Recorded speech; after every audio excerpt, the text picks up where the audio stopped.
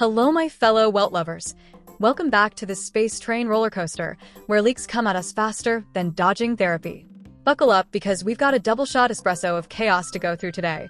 Not only do we have the confirmed banner roadmap from version 3.5 to 3.8, but there's also a massive 4.0 leak wave coming out of nowhere. Blade, Sampo, LUOCHA, and even Sparkle are all getting what seem to be alternate forms. And there's a new cyberpunk planet on the horizon that might just rewrite everything we thought we knew about the lore.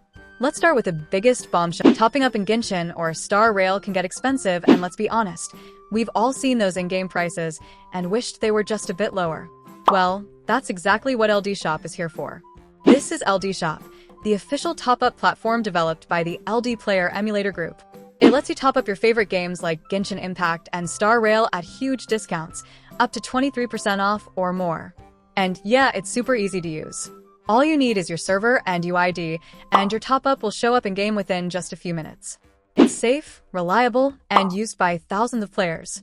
You can even compare prices, for example, something like the Supply Pass or a 6480 Stellar Jade Bundle. It's way cheaper here than in-game. If you register using my link, you'll get a 10% off coupon and an extra 5% off coupon, which can save you up to $50 on your first top-ups. Plus, LD Shop gives you the same first top-up bonus you get in-game, so you're not missing out on anything. And if you're planning to spend more, here's a bonus. If you spend over $80, you'll unlock VIP status, which gives you a free supply pass and more perks. So if you're looking to save while still getting everything you normally would in-game, just use the link in the description and get an AXA while saving more. Let's start with the biggest bombshell first, Edostar. No, that's not a fancy new energy drink. It's the rumored next major world, a cyberpunk Japanese-inspired planet soaked in neon, crawling with yokai-style spirits and laced with spiritual tech. Yeah, picture Blade Runner, but with more fox masks and ancient ghost Wi-Fi. This is apparently the home of AHA and Enigmata shenanigans, which makes sense. AHA is all about chaos and joy and trickery, and Enigmata, well, that's that weird, unplayable path we've heard whispers of, tied to the even more mysterious Aeon mythos. So this isn't just a style shift. It's an existential mood board. But the real kicker? Characters. Buckle up, because this lineup is unhinged in the best way. First off, YAE Sakura. Yes, that YAE Sakura. The OG. One of the most fan-wanted crossover characters from Honkai Impact and Genshin is finally looking like she's stepping into the Star Rail universe. Not just a cameo, not just lore art, an actual unit. We don't know her path or element yet, but if she's tied to Edostar, expect trickster energy, fast-paced animations, and maybe even Foxfire visuals that'll cook our phones alive. Now on to Blade. Again, but not that Blade. Apparently, a new version is being developed, and this isn't just a lazy recolor or alt costume. This is supposedly an alternate Blade, potentially tied to a samurai-style storyline. Think a version of him from an earlier life, or a parallel reality where he wasn't consumed by Mara. He could be preservation. He could be remembrance. He could be that one Blade that actually listens when you say, go see a therapist. Either way, it's gonna mess with our emotions. But we're not done. LUOCHA is also reportedly getting a new form, and this one's labeled as a Void Archives unit. Yeah, what? That name alone is giving hidden dimension, unlocked memories, dark academia healer with secrets. Could this be LUOCHA before he became a coffin-carrying merchant? Could this be post-endgame LUOCHA, who has ascended into a whole new role? No idea, but I'm here for whatever aesthetic he brings to the table. Next up, Sampo. Oh boy. They're saying he becomes an emanator of AHA. That's basically a chosen one, a mortal who has received direct power from an Aeon. So imagine your local conman now has cosmic clown god energy, and you've got what might be the most chaotic support DPS this game will ever see. I'm terrified. I'm excited. He's gonna turn the battlefield into a casino and make debuffing enemies a form of performance art. And apparently, there's a new version of Sparkle too. No details yet, just that she exists. Which makes sense. If we're going full AHA core in Edostar, the Queen of Masks is definitely coming along for the ride, either as a rerun, a new version, or both. She's too thematic to skip. Now, not to bring the vibe down, but here's the weird part. According to multiple leak trackers, there are no new 4-star units in development. Zero, none. This trend started all the way back in late 2.x, when the last 4-star we got was Moe's, and since then, absolute radio silence. We've had some new March, Gallagher, Misha, but after that, it's been a 5-star only parade.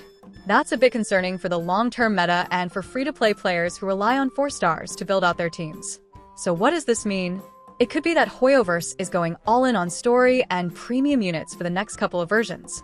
Maybe 4 stars will come back later, but for now, we're entering a 5-star only Dark Age. Which might explain why a lot of the upcoming units are alternate versions of characters we already know. It's faster to develop new kits and lore twists when the design foundation already exists. Speaking of upcoming versions, let's shift back into the roadmap from 3.5 through 3.8, because this arc is looking absolutely packed. Version 3.5 kicks things off with Hysilkins, a physical nihility unit with a bleed focus. Yup, we're back in the world of Dead, and it sounds like she scales with crit synergy too. Think Synthurster from Divergent Universe, but way more optimized. Alongside her, we're getting Sarydra, a Wind Remembrance unit, which is kind of shocking because we just got Hyacinth, also Wind Remembrance. That's 2 back-to-back. Is the game trying to push a new meta around Wind Remembrance? It's rare for them to double up like this without a reason. Version 3.6 drops 2 more big names.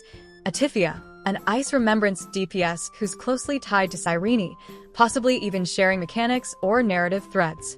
And then there's Delos, nicknamed SP Dan Hung by the community, a physical preservation unit who can summon a dragon and support allies. He's said to be Fenan's bestie, so prepare for some Astral Express drama and possibly some deep lore reveals about Dan Heng's past or future. Then we have 3.7, the Cyrene Show. No joke, Cyrene is the only known 5-star in this patch, and she's being treated like a main character moment. Multiple forms, dual combat styles, a unique territory realm, mechanic, and possible inspiration from characters like Alicia and Hushers of Human Ego from Honkai Impact. If you love complexity, synergy, and just pure main character energy, this one's for you. Her path and element are still fuzzy.